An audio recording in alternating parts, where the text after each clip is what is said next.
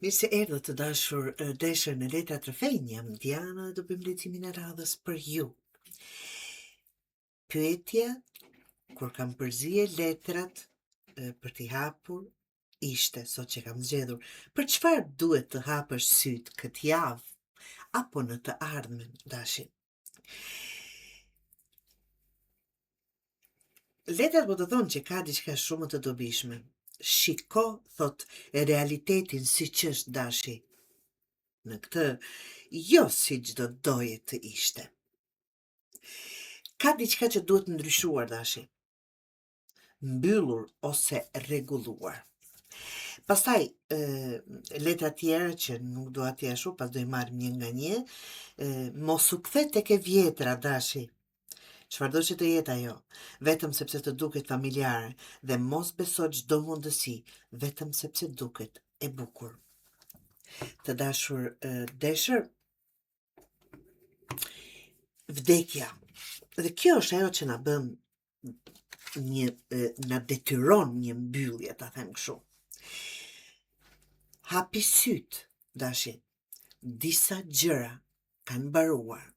Dhe nuk është që për të gjithë deshët e njëjta gjë, absolutisht, por secili nga ju e di për çfarë po flas, sepse secili nga ju e di situatën e vet.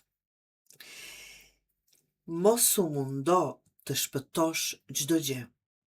Ka gjëra që nuk ka nevojë për një mundësi tjetër, dhe ti e di këtë, ka nevojë për një pikë.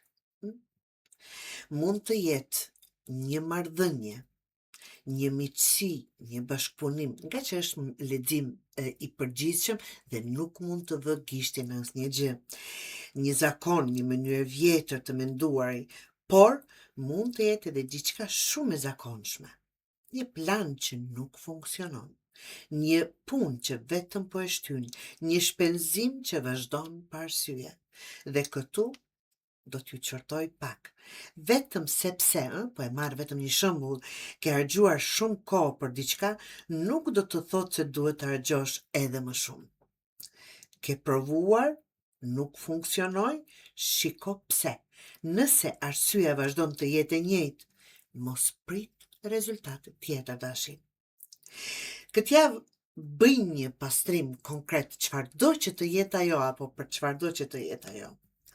Mbyll një çështje, fshi diçka nga lista, thuaj një jo dikujt që s'ke arritur kurrë, ti thosh, anulo diçka që nuk të duhet, largohu nga një situatë që vetëm të merr kohë.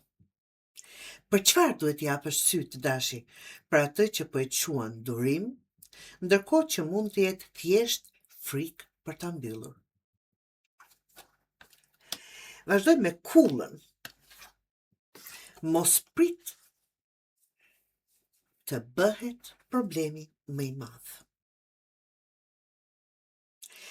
Kjo letër pas vdekjes thot, atë që nuk e rregullon vet, rrethanat mund të detyrojnë të rregullosh.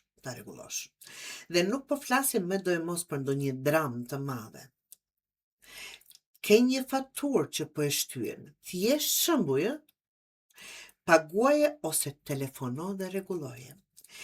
Ke dokumente që duhet t'i dorëzosh, mos e lër për ditën e fundit.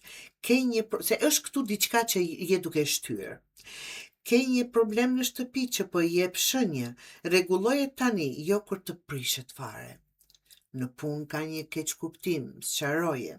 Në marrëdhënie po bëni sikur çdo gjë është mirë, ndërkohë që të dy e dini se nuk është.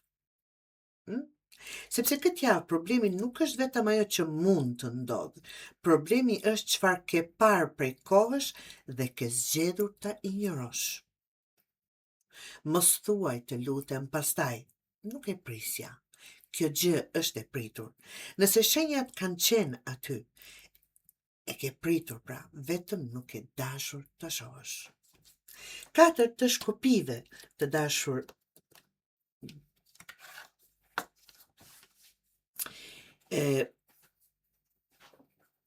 Hapi syt edhe të ajo që është e mirë. Pse e thua? Sepse nuk dua që dashi ta kaloj javën duke kërkuar vetëm se çfarë është gabim. Ka dhe gjëra që funksionojnë, vlerësoj. Mm? Sepse je duke vajtur në kundërvajtje, ta them kështu, je i fokusuar në gjërat që vërtet po funksionojnë, e në ato që janë i ke aty, sigur nuk po i vlerëson. Mund të ketë një takim të këndshëm, një fest familje, vizit, njerëz të mirë rreth teje dashi, një arritje të vogël, se thjesht disa ditë më të qeta. Nëse shtëpia jote ka nevojë për pak rregull, bëje, pastroje, organizo, hit gjëra që të bezdisin, edhe kjo është mënyrë për ta kthyer kontrollin tek vetja. Dhe nëse ke një arsye për të festuar diçka, mos e minimizo. Jo çdo sukses të jetë duhet të jetë ngritje në detyrë apo 1 milion në bank. Ke mbaruar diçka që kishe shtyr, mirë. Ke kaluar një javë të vështirë, mirë. Ke marrë një lajm të mirë, shijoje. Jeta nuk është vetëm lista e problemeve që duhet të zgjedhur, do të thotë, pra, të gjitha ti bëjmë një kosh, dhe ato që nuk na duhen, ti largojmë, ti mbyllim, dhe ato që i kemi, ti shijojmë. Mbretëresha e shkopive të dashur, mos u zvoglo që të ndihen të tjerët rehat. Këtu dashi duhet të qëndroj pak më drejt, ta them kështu. Kjo mbretëresh thot, mos kërko leje për të qenë i apo e sigurt në vete. Nëse e di punën tënde, mos fort sikur nuk je e sigurt, vetëm që të mos dukesh arrogante. Nëse ke një ide, thuaje. Nëse dikush të ofron më pak nga se mendon se e meriton dashi, pyet për më shumë. Nëse je gjithmonë ti që telefonon, organizon, kërkon, shkruan dhe mban një marrëdhënie gjallë, ndalo pak. Shiko çfarë ndodh kur nuk bën ti gjithë punën. Por këtu ka dhe një qortim. Vetbesimi nuk do të thotë të hysh në çdo debat. Nuk ke pse ti trego çdo njeriu vendin e vet. Disa njerëz e kuptojnë më mirë kur nuk marrin fare reagim. Dhe thot, heshtja është përgjigja më e mirë në raste. 6 të kupës, mos e zbukuro të kaluarën, se është kulla dhe kjo mbi. Do thotë, këtë javë mund të rikthehet diçka e vjetër. Mund të jetë një person, një bisedë, një kujtim, një ide, një vend, ndoshta dëshira për të kthyer tek diçka që dikur e ke lënë. Dhe këtu duhet t'i japësh syt shumë mirë. Mos kujto vetëm pjesën që të mungon, ajo çfarë ka qenë e bukur. Kujto të gjithë historinë, dashi. Nëse është ish partneri, kujtoje pse u ndat. Nëse është një shoqëri e vjetër, pse u larguat? Nëse është një punë e vjetër, çfarë të bëri të ikje? Pra, nëse është një ide që dikur nuk funksiononte, çfarë ka ndryshuar tani që mendon se këtë herë do të funksionojë? Unë nuk po të them mos u kthe. Në atë situatë tek ai person. Por po them mos u kthe e verbër. Megjithatë, mos të harrohen arsyet. Pse jeni larguar?